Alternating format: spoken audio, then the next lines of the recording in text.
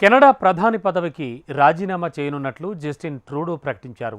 భారత్తో కయ్యానికి కాలు దువ్వడం, అమెరికా అధ్యక్షుడిగా ట్రంప్ ఎన్నికవ్వడం, దేశంలో నానాటికి దిగజారుతోన్న ఆర్థిక పరిస్థితులు వెరసి ఖలిస్తానీ మద్దతుదారుడు ప్రధాని పీఠాన్ని వదులుకోవాల్సి వచ్చింది. 10 ఏళ్ల పాటు కట్టుకున్న సామ్రాజ్యం నెలల్లోనే కుప్పకూలింది. రాబోయే ఎన్నికలకు సైతం సారథ్యం వహించలేనని ప్రకటించేంత పరిస్థితికి ట్రూడో దిగజారాడు. ట్రూడో రాజీనామాకు దారితీసిన పరిస్థితులేమిటి? చేజేతులా ట్రూడో చేసుకున్నదేమిటి? 2015లో లిబరల్ పార్టీకి ట్రూడోనే దిక్కు. 10 ఏళ్ల పాటు అప్రతిహతంగా జస్టిన్ ట్రూడో పాలన. పార్టీలో ప్రభుత్వంలోనూ ట్రూడోపై వ్యతిరేకత. ఎన్నికల ముందు అధ్యక్ష పీఠానికి goodbye. I intend to resign as party leader, as prime minister, after the party selects its next leader through a robust, nationwide, competitive process.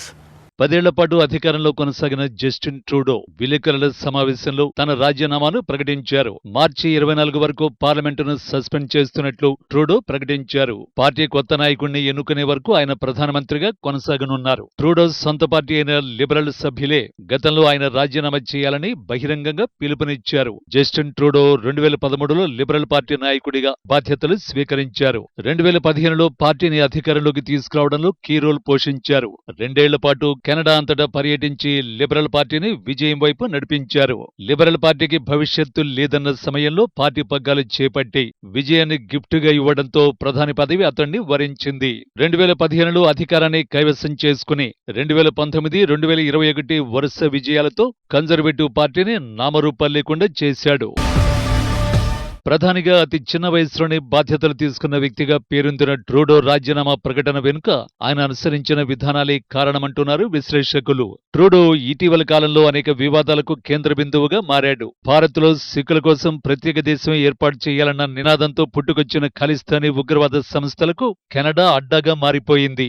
World Sikh organisation, Khalistani tiger force, Sikhs for justice, Babbar Khalsa international తదితర సంస్థలు Canada నుంచే తమ కార్యకలాపాలు సాగిస్తోన్నా వాటిని నివారించాల్సింది పోయి ఉగ్రవాద భావాలున్న ఈ సంస్థలకు మద్దతిస్తున్నారు. ఖలిస్తానీ ఉగ్ర గ్రూపులకు చెందిన సుమారు 9 సంస్థలకు కెనడాయే ప్రధాన స్థావరం.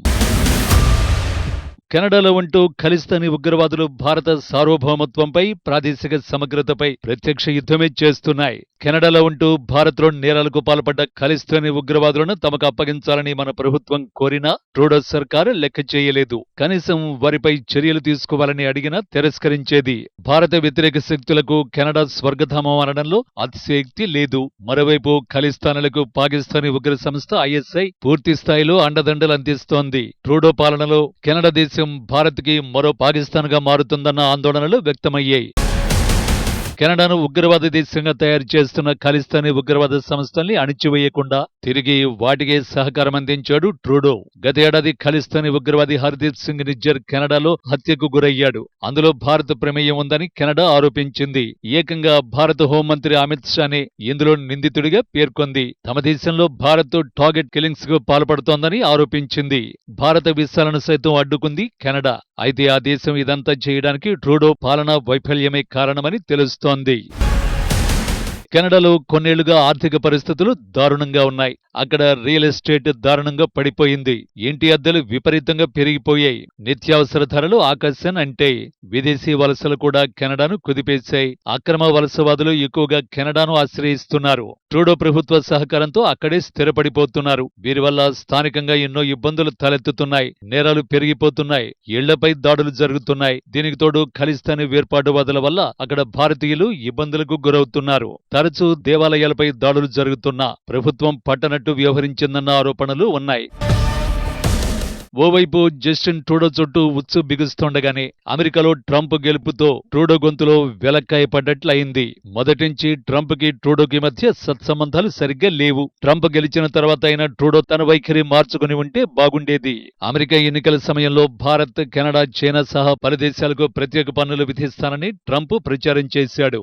అమెరికా ఎన్నికల్లో ట్రంప్ విజయం సాధించడంతో ట్రూడోలో ఆందోళన మొదలైంది. ఇప్పటికే కెనడా తీవ్రమైన ద్రవ్యోల్బణం ఎదుర్కొంటుండగా ట్రంప్ విధించ విధించనున్న పన్నులతో ఆర్థికంగా మరింత పతనమవుతామని గ్రహించి అమెరికా వెళ్లి ట్రంప్తో భేటీ అయ్యాడు ట్రూడో. పన్నుల విషయంలో ఆలోచించాలని విజ్ఞప్తి చేయడంతో చిరెత్తుకొచ్చిన ట్రంప్ అసలు నువ్వు దేశాధ్యక్షుడివి ఎలా అయ్యావని ఫైర్ అయ్యాడట. కెనడాను ఒక దేశంగానే గుర్తించని ట్రంప్ ట్రూడోను గవర్నర్ గా సంబోధించాడు. అమెరికాలో 51వ రాష్ట్రంగా కెనడాను కలిపేయాలంటూ స్టేట్మెంట్ పాస్ చేసినా కివ్వుమనకుండా అక్కడి నుంచి వెళ్లిపోయాడు జస్టిన్ ట్రూడో. ఖలిస్తానీ ఉగ్రవాది నిజ్జర్ హత్య తర్వాత భారత్తో కాలు దువ్విన ట్రూడో ట్రంప్ విషయంలో సార్వభౌమాధికారాన్ని పక్కన పెట్టడంపై లిబరల్ పార్టీ నుంచి తీవ్ర వ్యతిరేకత మొదలైంది. వీటన్నింటినీ కప్పిపుచ్చి సిక్కు ఓటర్లను ప్రసన్నం చేసుకునేందుకు భారత్తో కయ్యానికి కాలు దువ్వాడు ట్రూడో. కెనడాలో సిక్కు ఓటర్ల ప్రాబల్యం చాలా ఎక్కువ. 1880లలో నాటి బ్రిటిష్ పరిపాలనా సమయంలో కెనడాలో రైల్వే లైన్లను నిర్మించడం కోసం పెద్ద ఎత్తున సిక్కు కార్మికుల్ని కెనడాకు తరలించారు. అప్పటి నుంచి అక్కడ సిక్కులు పెద్ద ఎత్తున స్థిరపడ్డారు. అప్పుడు స్థిరపడిన వారు అక్కడి రాజకీయాల్లో గణనీయంగా ప్రభావాన్ని చూపుతున్నారు. 2021 నాటి గణాంకాల ప్రకారం కెనడాలో 7.70 లక్షల మంది సిక్కులున్నారు. అంటే దేశ జనాభాలో 2.1% మంది సిక్కులే. భారత్కు వెలుపల అత్యధిక సంఖ్యలో సిక్కులున్న దేశం కెనడా. వారిని ప్రసన్నం చేసుకోవడానికి ఖలిస్తానీ వేర్పాటువాదాన్ని ప్రోత్సహించాడు జస్టిన్ ట్రూడో. ట్రూడో అధికారంలో ఉన్నప్పుడు అనేక తప్పులు చేశాడు. తాను చేసిన తప్పులను గుర్తించి వాటిని సరిదిద్దుకుని ఉంటే సరిపోయేది. తమ దేశంలో ఆర్థిక వ్యవస్థను చక్కదిద్దేందుకు ప్రణాళికలు రచించి ఉంటే బాగుండేది. కానీ వాటిని కప్పిపుచ్చుకునేందుకు భారత్ అమెరికాలతో గిల్లికజ్జాలు పెట్టుకోవడం వల్ల ఆయన పదవి పోవడానికి కారణమైంది. ఈ ఘర్షణలను సొంత పార్టీ నేతలే స్వాగతించలేదు. దీన్ని పూర్తిగా వ్యతిరేకించారు. ట్రూడో రాజీనామా చేయాలని డిమాండ్ చేశారు. ఇప్పటికే తన ప్రభుత్వంలో అత్యంత శక్తివంతమైన నేతగా పేరున్న ఆర్థిక మంత్రి క్రిస్టినా ఫ్రీలాండ్ గత ఏడాది డిసెంబర్ 16న రాజీనామా చేశారు. దీంతో ట్రూడోపై వ్యతిరేకత మరింత ఎక్కువైంది. వెరసి ఆయన రాజీనామా చేయక తప్పని పరిస్థితి నెలకొంది. I advise the Governor General that we need a new session of Parliament. She has granted this request, and the House will now be prorogued until March 24th. I intend to resign as party leader, as Prime Minister, after the party selects its next leader through a robust, nationwide, competitive process. Last night I asked the President of the Liberal Party to begin that process. This country deserves a real choice in the next election, and it has become clear to me that if I'm having to fight internal battles, I cannot be the best option in that election. ప్రపంచ దేశాలపై ఒకప్పుడు భారత్ ఇంతటి ప్రభావం చూపింది లేదు. ప్రపంచ దేశాల్లో నిమిత్తమాత్ర పాత్ర పోషించింది. ప్రస్తుతం భారత పరిస్థితి మారింది. ప్రపంచంలో క్రియాశీలక పాత్ర పోషించే స్థాయికి చేరుకుంది. ఇప్పుడు ట్రూడో రాజీనామా చేసిన అందులో భారత పాత్ర ఉందంటే ఎంతటి ప్రభావవంతమైన దేశంగా ఉందో అర్థం చేసుకోవచ్చు.